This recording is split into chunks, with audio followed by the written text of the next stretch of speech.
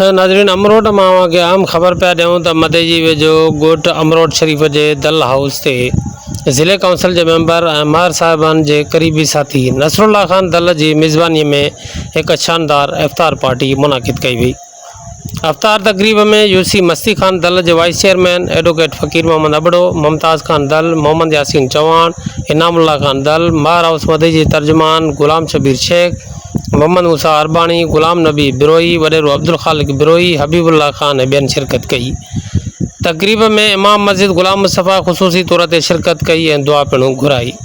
नसरुल्ला खान दल, अताउल्ला खान दल, अब्दुल हसीब खान दल और बेन मेज़बानी जा फ़राइज़ सर अंजाम ॾिना। नाज़रीन, अवां के ॿुधाईंदा हलूं त तकरीब के मेज़बान नसरुल्ला खान दल मीडिया के ॿुधायो त ही असां ख़ानदानी तौर ते हस्बे रिवायत इफ्तार पार्टी कई है। इन चयो त असांजे ख़ानदान में यह रिवायत रही है त पुठियां असां कई सालन का वठी हिते पंहिंजे ॻोठ में पंहिंजे करीबी हल्के अहबाब के लाइ हर जुमे ते इफ्तार पार्टी कंदा आहियूं।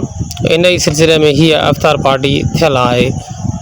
जनाब नसरुल्ला खान दल जो जेतोणीकि जेके दल बिरादरी जा सरदार आहिनि उन ख़ानदान सां तालुक़ आहे, इन जे करे उन इहो ॿुधायो त हीअ असांजी ख़ानदान जी पुराणी रिवायत आहे। असां पंहिंजे ॻोठ जे अज़ीज़नि ऐं उन सां गॾोगॾु पंहिंजे करीबी साथियुनि खे हर रमज़ान शरीफ़ में जेको जुमे जो ॾींहुं आहे ख़ासि करे या खमसारो ॾींहुं या ॿ ई ॾींहं इफ्तार पार्टी जेका ॾींदा आहियूं, इन ई सिलसिले में हीअ इफ्तार पार्टी अॼु भी मुनाकिद थियल है।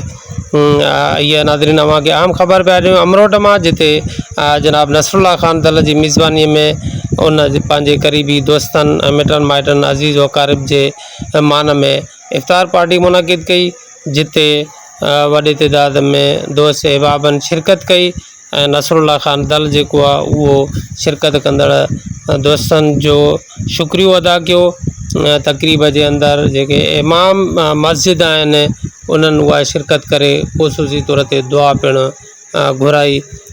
तकरीब में शिरकत कंदड़ माण्हुनि जे लाइ ईमान और सलामती रिज़्क़ की कुशादगी जे लाइ ख़ुसूसी दुआऊं घुरी वयूं।